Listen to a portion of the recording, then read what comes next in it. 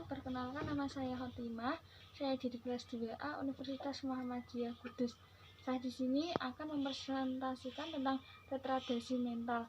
Nah, apa sih retardasi mental itu sendiri? Retardasi mental adalah suatu keadaan di mana seseorang memiliki kemampuan mental yang tidak mencukupi. Retardasi mental adalah kelainan fungsi intelektual yang subnormal terjadi pada masa perkembangan dan berhubungan dengan satu atau lebih gangguan dari yang pertama maturasi, yang kedua proses belajar, yang ketiga penyesuaian diri secara sosial. Etiologinya itu sendiri, kelainan ini dapat digolongkan menjadi yang pertama ada penyebab organik, faktor prenatal, penyakit kromosom, trisomi 21 atau sindrom yang sering disebut dengan sindrom Down. Yang kedua sindrom Fragile X. Yang ketiga gangguan sindrom distrofi otot neurofibromatosis tipe 1. Dan selanjutnya gangguan metabolisme sejak lahir fenilketonuria. Yang kedua faktor perinatal. Faktor perinatal itu sendiri ada rupsio plasenta, diabetes maternal, kelahiran prematur, kondisi neonatal termasuk meningitis dan perdarahan intrakranial. Yang ketiga faktor pasca-natal, cedera kepala, infeksi, gangguan degeneratif. Yang penyebab non-organik itu sendiri, yang pertama ada kemiskinan dan keluarga tidak harmonis, sosial kultural, interaksi anak kurang, penelantaran anak. Penyebab lain, keturunan, pengaruh lingkungan, dan kelainan mental, dan lain-lain.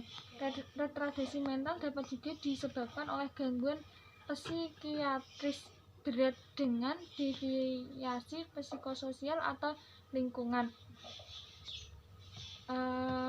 Manifestasi klinisnya yaitu ada yang pertama gangguan kognitif pola atau proses pikir, yang kedua lambatnya keterampilan ekspresi dan resepsi bahasa, yang ketiga gagal melewati tahap perkembangan yang utama, yang keempat lingkar kepala atau di bawah normal, kadang-kadang lebih besar atau lebih kecil dari ukuran normal. Yang selanjutnya kemungkinan lambatnya pertumbuhan, kemungkinan tonus otot abnormal, lebih sering tonus otot lemah, kemungkinan ciri-ciri dysmorphic, terlambatnya perkembangan motorik halus dan kasar.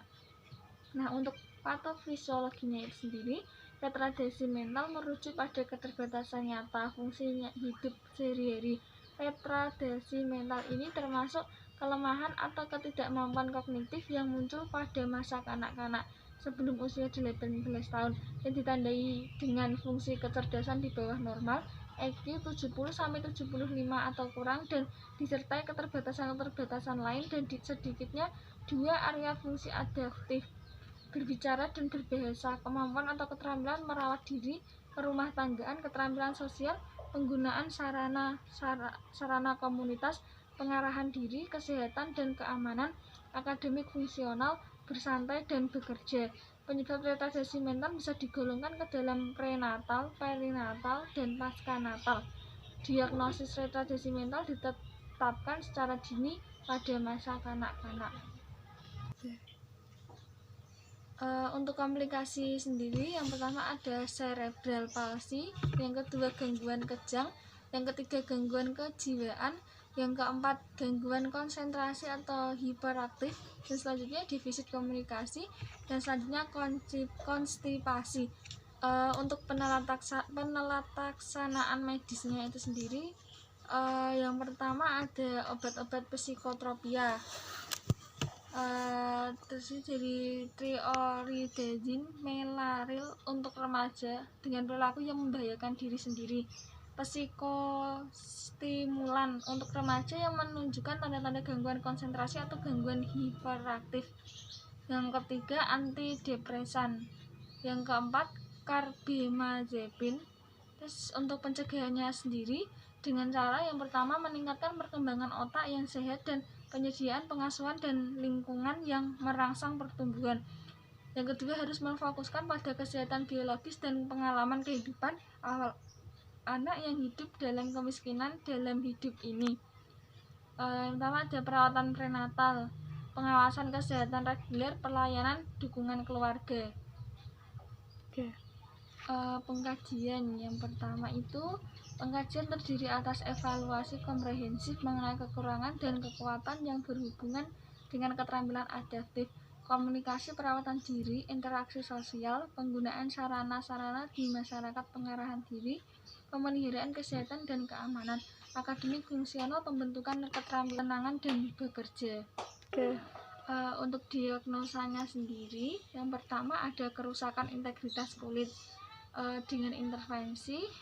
Yang pertama, kaji kembali pola kebutuhan personal higien pasien, kaji keadaan luka pasien, jaga kebersihan tempat tidur, selimut bersih dan kencang, lakukan perawatan luka dengan teknik steril, anjurkan pasien menggunakan lotion setelah mandi, libatkan keluarga dalam menjaga kebersihan tempat tidur.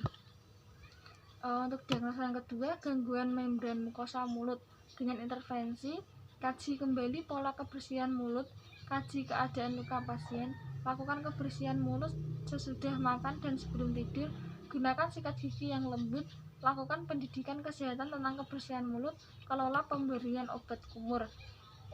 Untuk diagnosa yang ketiga, defisit perawatan diri atau kebersihan diri. Untuk intervensinya, yang pertama, kaji kembali pola kebersihan diri, bantu klien dalam membersihkan badan, mulut, rambut, tangan, dan kuku, ajarkan klien gosok gigi, ajarkan klien cuci tangan, libatkan keluarga dalam menjaga kebersihan diri klien. Sekian dan terima kasih untuk presentasi saya pada pagi hari ini. Wassalamualaikum warahmatullahi wabarakatuh.